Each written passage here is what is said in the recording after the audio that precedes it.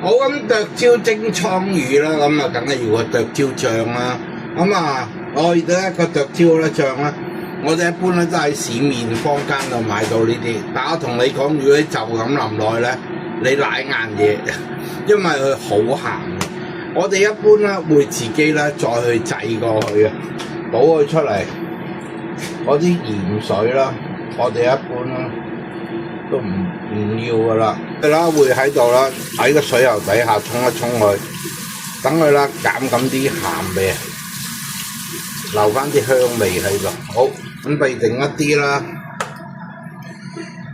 蒜粒啦、薑粒啦，少少嘅豆豉啊，咁啊辣椒啊，咁我哋開始去製佢。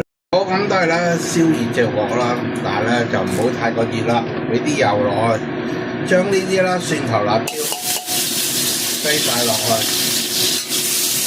安大火啊，一路推香佢先。哇係啊，磨啊！我而家先知道呢一下就磨就香好多。咁磨到咁上下啦，聞到陣香嘅，將啲剁椒擠埋落去，繼續去磨佢，一路去炒翻香佢啦。好，亦都啦，俾豆瓣醬落去啦，等個顏色啦更加靚嘅啫。俾多些少油蛋落去啦，咁咧依家先凌身。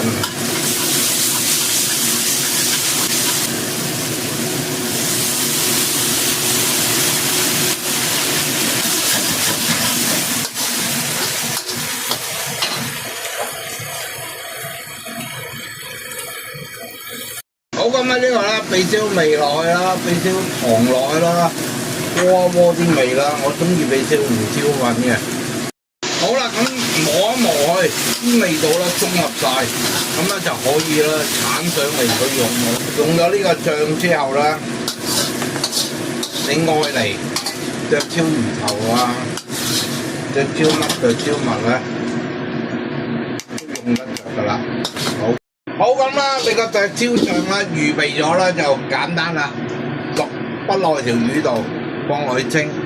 咁呢條魚咧大概1斤左右啦，你諗住咧蒸佢啦，8分鐘到就熟噶啦。8分鐘夠鐘開火，正晒。好咁撒啲葱花喺面啦，跟住啦就要灒少少油落去啦，哇！一個啦，剁椒倉魚啦，咁就完成啦。咁啊，記住得嗰句啦，我教煮做得到，你都做得到，仲會做到喎。下次星藝教室再同大家見面，拜拜。